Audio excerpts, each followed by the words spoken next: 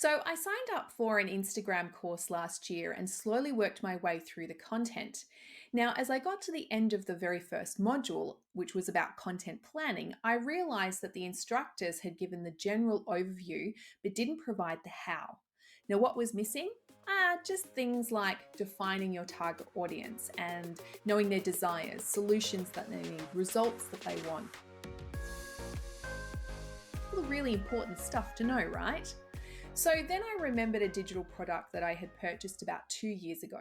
And in a nutshell, it strategically guided you through a series of questions. Then it formulated your social media content pillars as well as generated your sales page information. Genius. Now, as I worked my way through the tool, two things happened.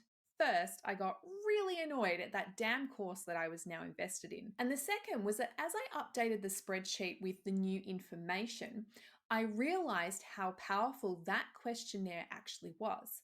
Because even though I get feedback from clients about their journey and their experiences when we're working together, it wasn't until I completed this exercise that I realized I had completely overlooked adding this information into my website, emails, social content, and more.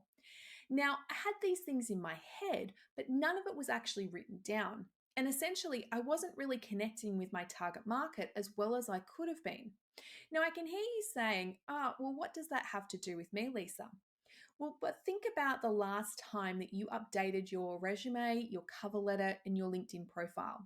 Did you work through a strategic set of questions to do it? My current and former clients are like nodding their heads right now. But if you haven't worked with me, then I bet that you probably didn't. No. And I bet that what you did was you opened your old document, you jazzed it up a little bit with maybe a new font, maybe some color. Then you probably went to your position description and you copied and pasted a good chunk of it into your resume.